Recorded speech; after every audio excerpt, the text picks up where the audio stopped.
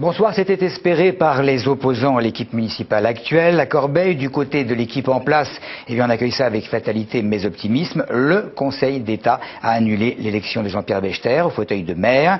Il y avait eu plainte, notamment des communistes, en raison de la figuration sur le bulletin de vote du successeur de Serge Dassault, la mention secrétaire général de la Fondation Dassault. On s'achemine donc vers une troisième élection et c'est le sénateur de l'Essonne qui sera candidat à cette charge qu'il occupait depuis 1995, avant de céder la place à son ami et bras droit Jean-Pierre Bechter. Une seconde et importante mobilisation contre le projet de loi sur les retraites, une journée d'action unitaire, de manifestation et d'arrêt de travail. Si dans le privé il devrait y avoir un peu moins de participants que le 7 septembre dernier, on peut s'attendre à un jeudi avec de fortes perturbations dans la fonction publique et particulièrement dans les transports. On voit ça avec Virginia Forgac. Fortes de la mobilisation du 7 septembre dernier, les organisations syndicales promettent un jeudi noir en France, que ce soit sur les rails, dans les airs ou dans la rue, se déplacer sera très compliqué. À la SNCF, si 50% des TGV circuleront, seulement un RER sur 3 roulera sur la portion SNCF. Côté RER, justement, ce sera très perturbé avec seulement 20% des RER B aux heures de pointe, un RER C et D sur 3, un numéro pour plus d'infos, le 0800 15 11 11. Dans la fonction publique, 8 syndicats appellent les 5 millions de fonctionnaires à faire grève. Que ce soit dans les hôpitaux, à la poste ou dans l'éducation nationale, tout tournera au ralenti, avec près de 55% des enseignants grévistes dans le primaire. Côté ciel, la Direction générale de l'aviation civile a demandé aux compagnies aériennes de réduire de moitié leurs vols sur Orly. Un rendez-vous que ne veulent surtout pas rater les syndicats. À 2 semaines du vote au Sénat de la réforme des retraites, il s'agit de faire aussi bien, voire mieux, que le 7 septembre dernier. À l'occasion de la troisième journée du refus de l'échec scolaire, l'association de la Fondation étudiante pour la ville a publié une enquête assez édifiante. Phobie, angoisse ou encore mal au ventre, sans parler de l'ennui, l'école fait peur. Les explications de Bertrand Tank. 36% des élèves ont la boule au ventre avant d'aller à l'école, un chiffre en hausse de 8% par rapport à l'année dernière. Dans le cadre de la journée du refus de l'échec scolaire, l'étude de l'association de la Fondation étudiante pour la ville révèle le mal-être des enfants des quartiers populaires. On apprend que 30% des écoliers et des collégiens n'aiment pas du tout se rendre en cours. 39% ont du mal à s'endormir car ils pensent à la journée d'école du lendemain. Enfin, 69% ne comprennent pas certaines fois ce qu'il leur demandait en classe. Un constat pas surprenant quand on regarde le classement de l'OCDE. Sur 25 pays, la France est 22e sur la qualité de vie à l'école et en termes de stress scolaire, 2e au monde derrière le Japon.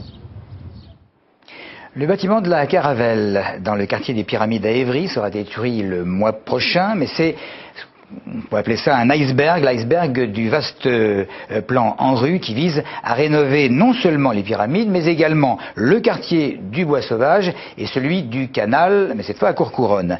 Et rien que sur Évry, ce sont 300 logements qui seront détruits et reconstruits. Christophe Garnier.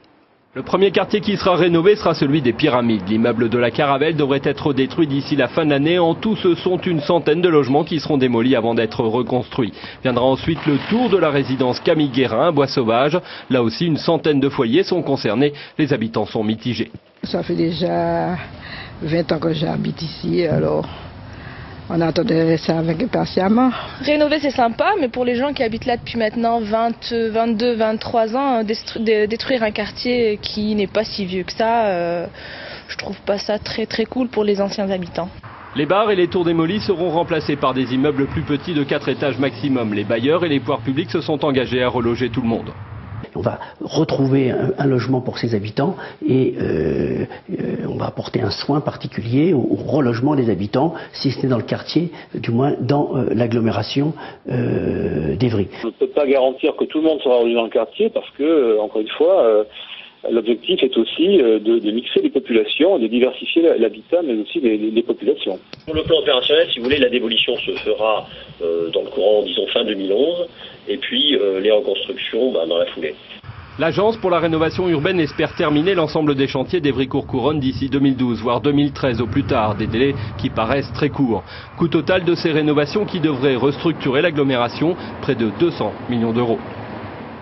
Et une troisième semaine de grève pour les effectifs de la poste de Massy Opéra. Les négociations avec la direction ne semblent pas être au beau fixe, même si certains parlent de quelques avancées.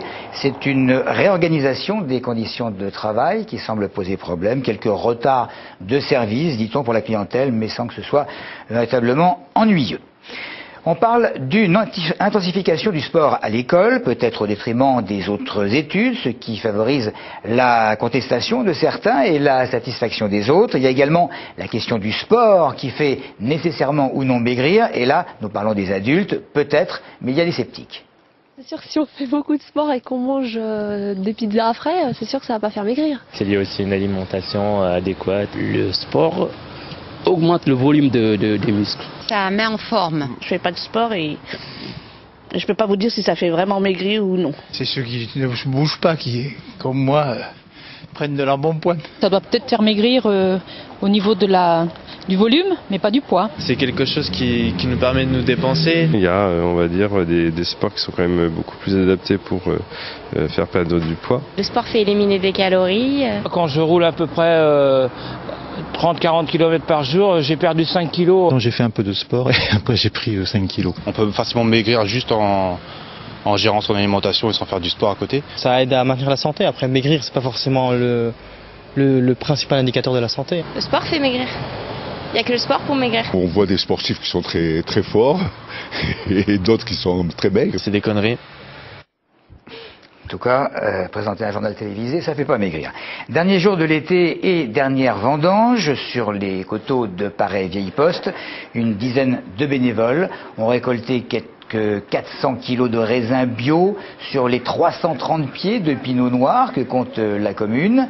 400 kilos dont ils espèrent pouvoir tirer près de 200 bouteilles quand même. Des bouteilles qui iront rejoindre les 250 déjà stockées dans un endroit tenu secret.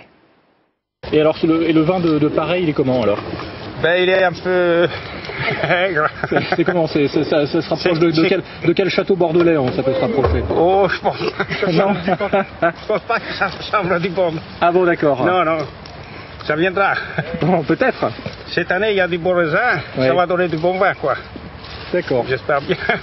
Ok. Voilà donc pour l'actualité. J'ajouterai que le président de la République sera effectivement en Essonne après-demain vendredi et sur le plateau de Saclay, plateau qui va être transformé au sein du Grand Paris en pôle de développement scientifique et technologique de taille mondiale évidemment. Téléson y sera. Merci de votre fidélité.